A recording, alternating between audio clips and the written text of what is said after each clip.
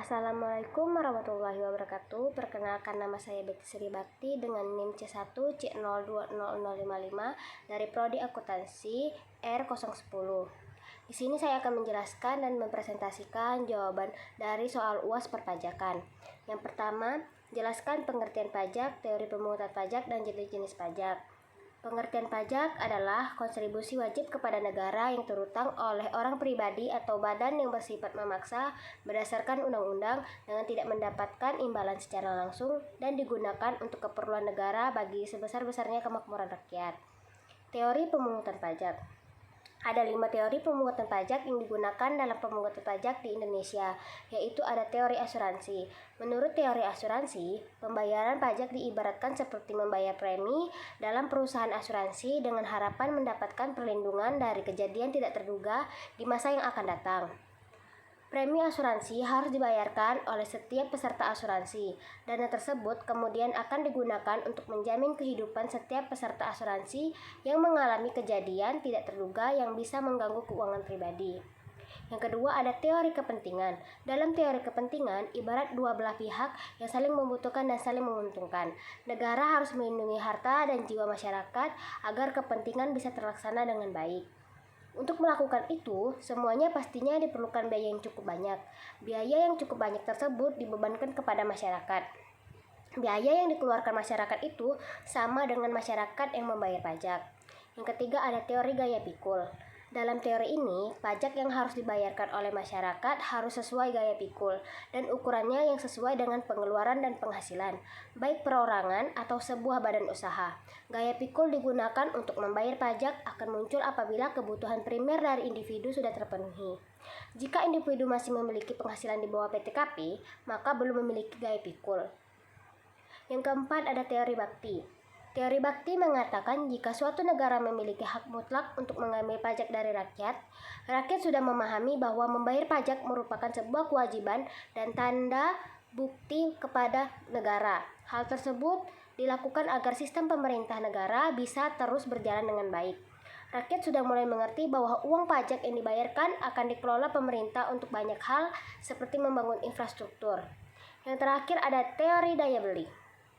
Teori daya beli ini sangat erat berkaitan dengan kemampuan masyarakat saat melakukan transaksi jual beli. Masyarakat yang banyak dengan kebutuhan yang berbeda-beda tentu membutuhkan berbagai barang untuk memenuhi setiap kebutuhan. Pada transaksi jual beli, jenis pajak yang dikenakan adalah pajak PPN dan PPNBM. Jadi semakin mewah atau semakin mahal barang yang dimiliki masyarakat, maka nominal pajaknya semakin besar pula. Jenis-jenis pajak di Indonesia sendiri bisa dibedakan menjadi 2 jenis berdasarkan pada pihak pengelolanya. Yang pertama, ada pajak pusat dan jenisnya. Pajak pusat merupakan pajak yang dikelola oleh pemerintah pusat, di mana dalam pengurusan pajaknya, wajib pajak perlu menandatangani kantor pelayanan pajak yang merupakan tempat pengurusan administrasi pajak pusat. Sedangkan jenis pajaknya diantara yaitu ada A. Pajak penghasilan atau PPH. PPH adalah pajak yang dikenakan kepada orang pribadi atau badan atas penghasilan yang diterimanya. Yang kedua, ada pajak pertambahan nilai atau PPN. PPN adalah pajak yang dikenakan atas konsumsi barang atau jasa kena pajak di dalam daerah, pabean atau wilayah Indonesia. Pada dasarnya semua barang dan jasa merupakan objek atas PPN. Yang ketiga, pajak penjualan atas barang mewah atau PPNBM. Selain PPN, konsumsian barang kena pajak atau BKP tertentu yang tergolong mewah, antara lain bukan merupakan barang kebutuhan pokok. Barang tersebut dikonsumsi oleh masyarakat tertentu. Pada umumnya, barang tersebut dikonsumsi oleh masyarakat berpenghasilan tinggi dan barang tersebut dikonsumsi untuk menunjukkan status. Yang keempat, ada bea materai atau BM. Bea materai adalah pajak atas pemanfaatan dokumen yang dikenakan pada saat mengurus surat-surat tertentu. Yang terakhir, ada pajak bumi dan bangunan atau PBB. PBB adalah pajak yang dikenakan atas suatu kepemilikan, pemanfaatan, dan atau penguasaan atas tanah dan bangunan. Yang kedua, ada pajak daerah. Pajak daerah adalah pajak yang dikelola oleh pemerintah daerah, di mana pengurusan pajaknya dilakukan di kantor dinas atau badan pendapatan daerah dan kantor pengurusan pajak daerah lainnya. Jenis-jenis pajak yang dipungut oleh pemerintah daerah ini terdiri dari Yang pertama pajak provinsi, kedua pajak kendaraan bermotor, ketiga bea balik nama kendaraan bermotor, keempat pajak bahan bakar kendaraan bermotor, kelima pajak air permukaan, enam pajak rokok, yang ketujuh pajak kabupaten atau kota, yang kedelapan pajak hotel, kesembilan pajak restoran, kesepuluh pajak hiburan, kesebelas pajak reklame, yang ke-12 pajak penerangan jalan, ke-13 pajak mineral bukan logam dan batuan, yang ke-14 pajak parkir, 15 pajak air tanah, yang 16 pajak sarang burung walet, 17 PBB pedesaan dan perkotaan, 18 bea perolehan hak atas tanah dan bangunan, 19 PBB sektor pedesaan dan perkotaan. Kita masuk soal yang kedua. Objek pajak adalah penghasilan, yaitu setiap tambahan kemampuan ekonomis yang diterima atau diperoleh wajib pajak, baik yang berasal dari Indonesia maupun dari luar Indonesia, yang dapat dipakai untuk konsumsi atau untuk menambah kekayaan wajib pajak yang bersangkutan. Jelaskan penerapan pengertian baik yang berasal dari Indonesia maupun dari luar Indonesia dalam perpajakan di Indonesia dengan memberikan contoh aplikasi pelaksanaannya. Menurut saya, jawaban saya, dalam konsep PPH, objek pajak yang sebagaimana disebut dalam undang-undang mencakup tambahan kemampuan ekonomis baik yang berasal dari dalam ataupun luar negeri. Hal ini berarti wajib pajak luar negeri dikenakan pajak atas pendapatan yang berasal dari dalam negeri, yang dalam penempatan diatur melalui Undang-Undang PPH Pasal 26.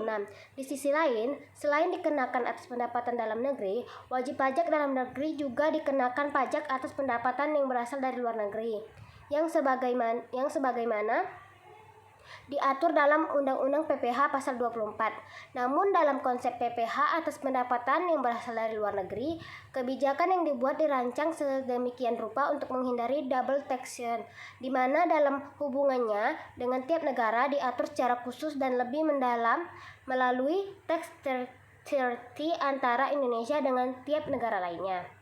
Soal yang ketiga. Saat ini hampir semua orang pribadi atau OP telah memiliki NPWP. Salah satu kewajiban dari kepemilikan NPWP tersebut adalah kewajiban untuk melaporkan SPT tahunan OP. Menurut Anda, apakah SPT tahunan OP akan selalu menunjukkan posisi kurang bayar? Berikan penjelasannya. Menurut saya, jawaban saya, tidak. SPT tahunan OP memiliki 3 kemungkinan posisi, yaitu lebih bayar, nihil, dan kurang bayar. Maksud di sini nihil adalah tidak ada.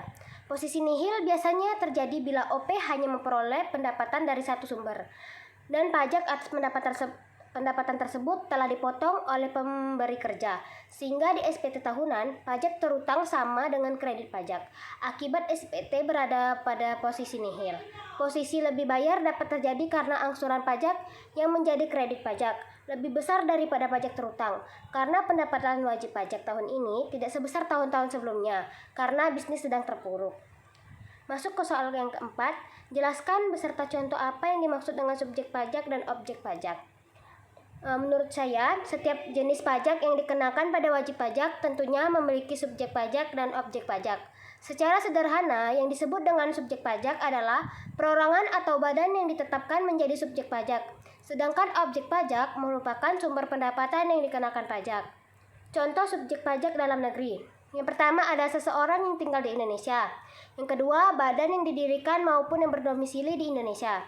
Yang ketiga, orang yang menetap di Indonesia dalam kurun waktu minimal 183 hari dalam kurun waktu 12 bulan maupun orang yang berada di dalam tahun pajak dan memiliki niat untuk menetap di Indonesia. Yang terakhir, harta warisan yang masih belum dibagi sebagai satu unit. Contoh objek pajak PPH. Yang pertama ada hadiah, pekerjaan, undian, maupun kegiatan sejenisnya. Yang kedua ada laba operasional. Yang ketiga ada laba yang diperoleh melalui pengalihan atau penjualan. Yang keempat ada keuntungan yang diperoleh karena likuiditas atau konsolidasi atau merger, ekspansi, pengambilan, dan penyelesaian bisnis. Masuk ke soal yang nomor 5.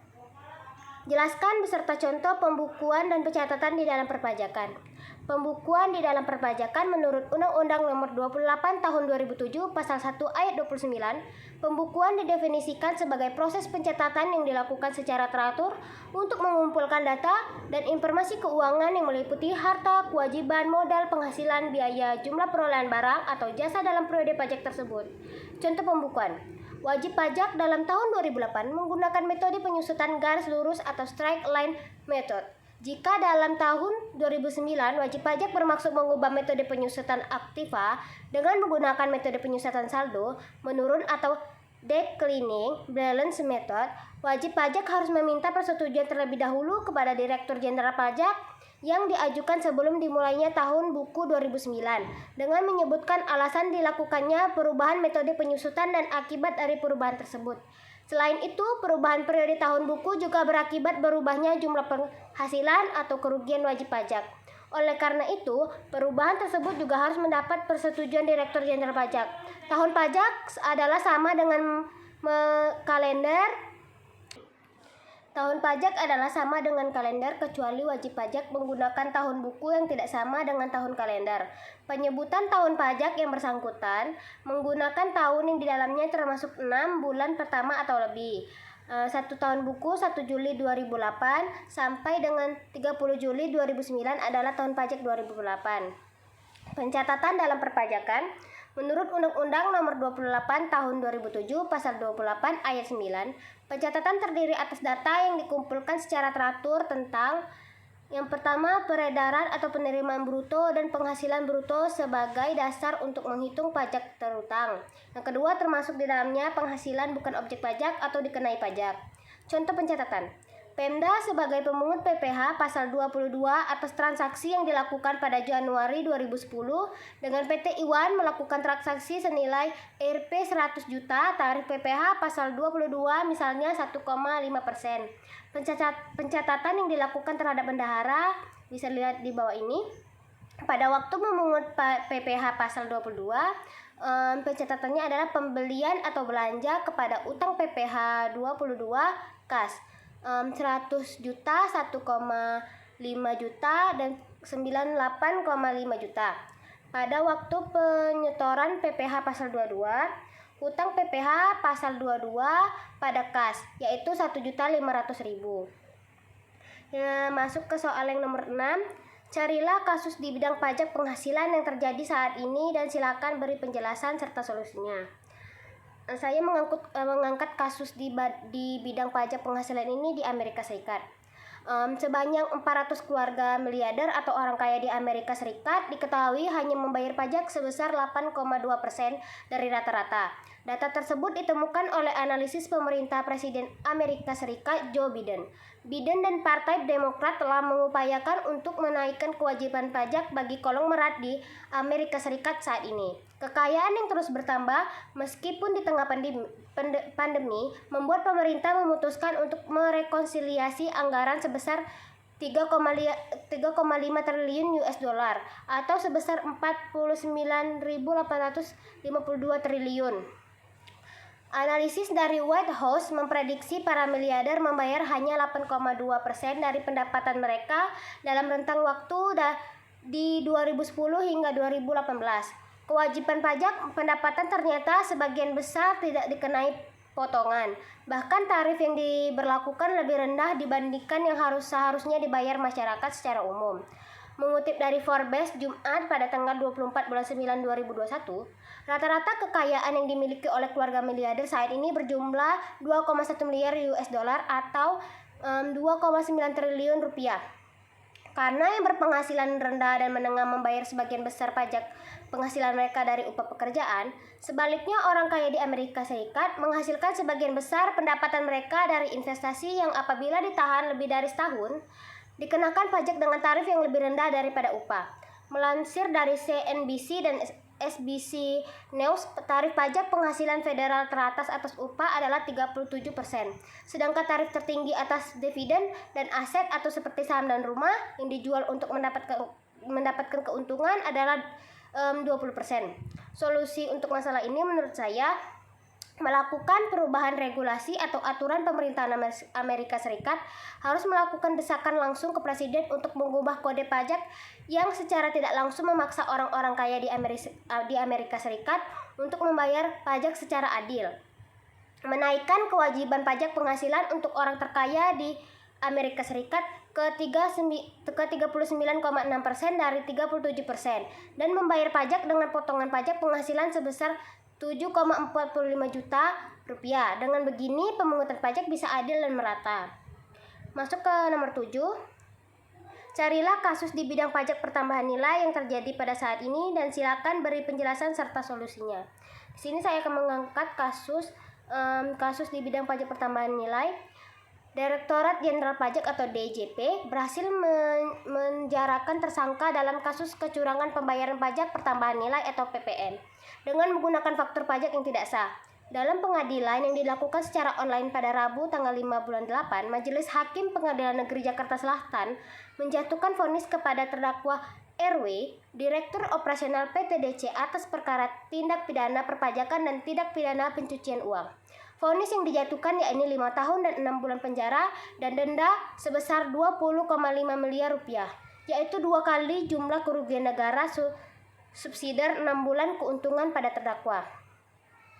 Perbuatan pidana perpajakan dilakukan terdakwa terjadi di kurun waktu 2010 sampai 2012 dengan cara menggunakan faktur pajak tidak sah untuk mengecilkan jumlah pajak pertambahan nilai terutang yang harus disetorkan ke kas negara dan dilaporkan ke kantor pelayanan pajak. Solusi untuk masalah ini menurut saya, DJP harus terus meningkatkan pengawasan baik melalui peningkatan sistem informasi internal, eksternal, serta berkoordinasi dengan berbagai pihak guna mencegah kejahatan-kejahatan pajak. Sekian dari presentasi saya, kurang lebihnya saya mohon maaf. Saya tutup. Wassalamualaikum warahmatullahi wabarakatuh.